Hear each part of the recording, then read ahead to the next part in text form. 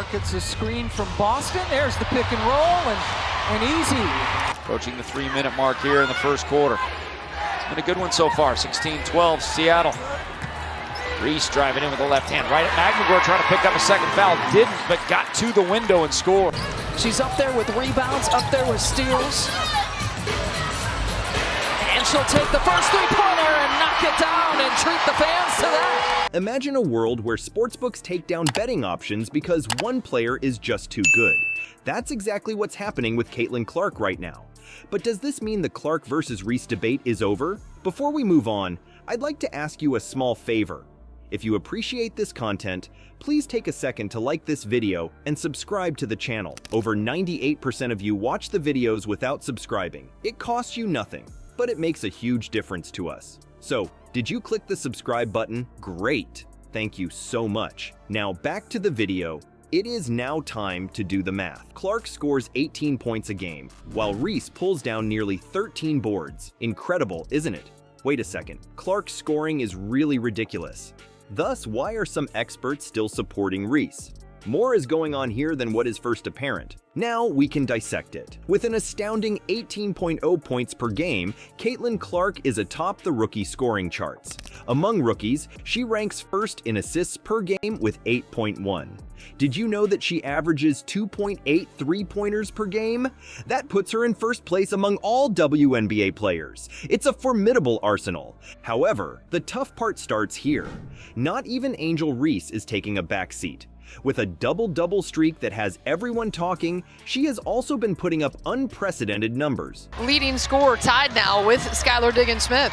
Reese, the flip shot with the right hand, no good, but gets her own rebound again, goes through traffic and scores. Last year, Poa did a great job. Remember, she's got 3 fouls, did not pick up her 4th on that play. You could say it's like seeing two superstars compete head-to-head, with each player bringing their A-game. You may be thinking, with those stats, Clark's gonna win this thing, isn't he? Take your time. A few commentators are adding a surprise element, such as Monica McNutt of ESPN. They're arguing that we should take team performance into account in addition to the box score. Take note, Reese's Chicago Sky are currently vying for a playoff spot. The magnitude of that is immense. Nowadays, the focus is on making an impact rather than solely on personal statistics. Is Reese more important to a winning team than Clark's individual brilliance? It's a question worth $1 million. Hold just a second. This onion has more layers. Since she was not selected for the Olympic team, Clark's performance has improved. She seemed to take the rejection personally and set out to prove that everyone was mistaken. She has shown improvement and resilience in her ascent to the Rookie of the Year competition, which goes beyond statistics. And the 8th rebound for Caitlin Clark. The runner falls off the glass. Now Clark trying to make something happen. Behind the back. Taps the basket and gets her first field goal in style. So this discussion is around individual statistics, team performance, and development. Isn't it enough to throw you into a loop? Sometimes being the best player doesn't mean you're the most valuable. That's when Joe Budden steps up to the microphone and says something that everyone talks about. Just think about that for a while. Whoever can put up the most impressive stats is not the only one we're considering. In this context, impact refers to the player's influence on the team, the league, and the game at large. It's almost painful to compare the two, but these two can drain threes and grab boards just like apples and oranges. Considering this, how does it affect the battle for Rookie of the Year? What this means is that we can't simply check the box score and move on. Deeper investigation is required. The intangibles must be considered. And perhaps the definition of valuable in the WNBA must be rethought. As you can expect, we've gone over every possible facet of this Clark-Reese matchup. However, what if their most significant influence isn't even occurring during games? Something else entirely is at work here, and it's altering the course of events. Whoever scores more threes or gets more boards isn't the only one that matters in this rivalry. It's about starting discussions that do more than just happen on the floor. Race, representation, and the modern definition of a women's basketball superstar are the topics at hand. Contemplate it. When was the previous occasion that a WNBA dispute generated so much buzz on social media? Forston's had to deal with some electric wing players. 2 games against Arike Gumbawale and then now Kennedy Carter. And how about Angel Reese? The jumper's still flowing. Those shots get a little more difficult. Morrow, the dump off to Reese. Clark and Reese are making waves in the conversation around women's sports. And it's not only because of their basketball skills. Not only do devoted supporters watch every minute of their matches, but so do the general public. Courtside seats, sold-out arenas, and an undeniable excitement are all happening right now. Are you not convinced? We can examine the data numerically. A staggering 700,733 people voted for Caitlin Clark to be an all-star.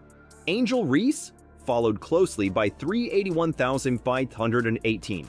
That's revolutionary, not to mention astounding. Voices that say, we're here, we're watching, and we want more. Not merely votes. However, fame isn't the only consideration. A new energy is being injected into the WNBA by this competition. Hearing Commissioner Kathy Engelbert say, listen, indifference is the demise of a brand was spot on. Everyone is enthusiastic about the WNBA since we've successfully attracted a large number of new fans this year. Translation, is that so? Both Clark and Reese have bigger fish to fry than their respective teams or themselves. They're competing for the league's future. New fans are becoming enthralled and existing fans are on the edge of their seats with every crossover, blocked shot, and post-game interview. Now things start to become interesting.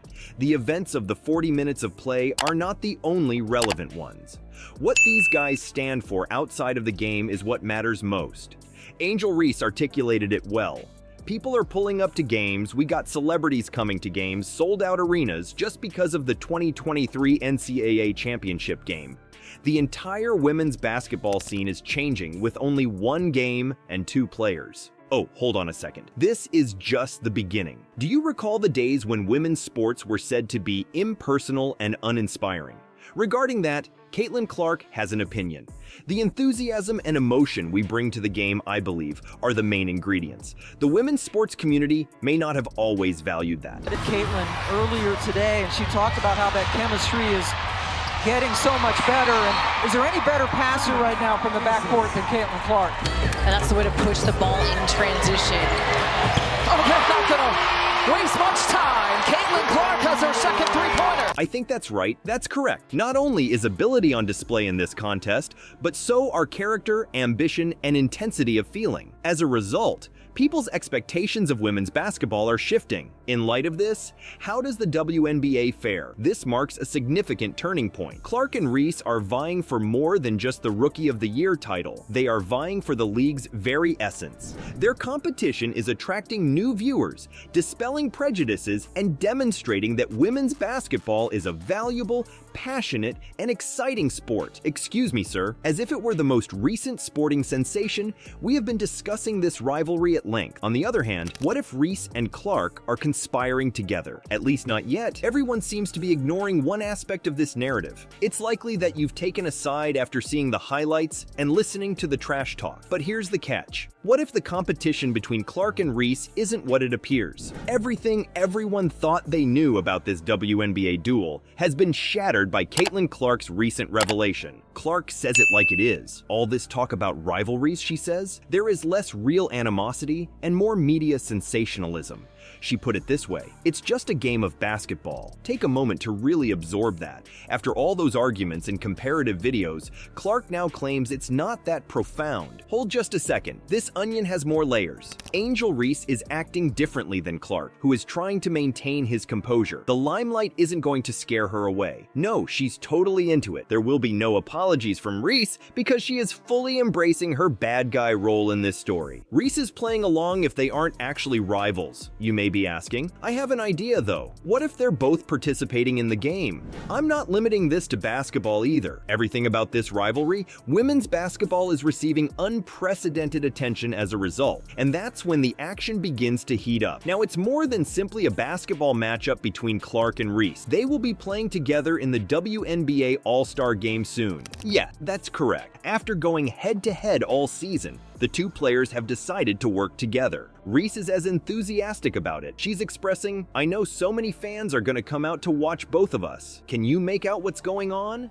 They want more people to pay attention to the game they love, so they're fusing this rivalry. They seem to be engaged in a game of chess, while the rest of us are just playing checkers. With the help of the media, they have transformed this story into a mutually beneficial arrangement. The sport of women's basketball is gaining popularity, critical acclaim, and admiration. Let us not, however, misunderstand. Their lack of animosity is no excuse for their lack of competitiveness. Among the game's younger players, these two are among the top. They naturally want to show each other who's boss on the court. They're old enough to know it's not about them specifically. The point that Clark is trying to make is that it is irrelevant to determine who is superior. The game and their respective contributions to women's basketball are the main points. Changing minds, setting new marks, and advancing the sport are the goals. Perhaps we have been misinterpreting this Clark-Reese situation. Perhaps the question of hero or villain is irrelevant. Perhaps it's the story of two rising stars who see that good times bring good fortune to everyone. Contemplate it. The subject of women's basketball is always brought up in any discussion of Clark versus Reese. More people will hear about the WNBA as a result of every highlight video, statistic comparison, and passionate debate. The true game changer here is that the rivalry between Clark and Reese is much more than simply bragging rights. Elevating their sport is their goal in participating. With each three-pointer, rebound, and post-game interview, women's basketball has an opportunity to showcase its electrifying potential to the world. Okay,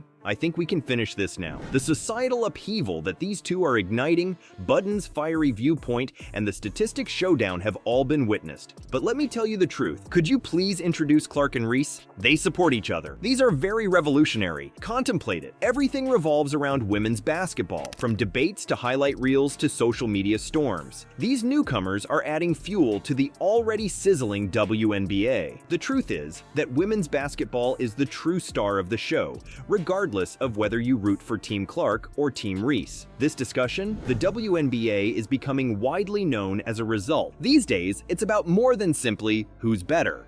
The goal is to advance the entire sport. Consider whether you are seeing the formation of history the next time you hear about Clark versus Reese, because believe me, I know you are.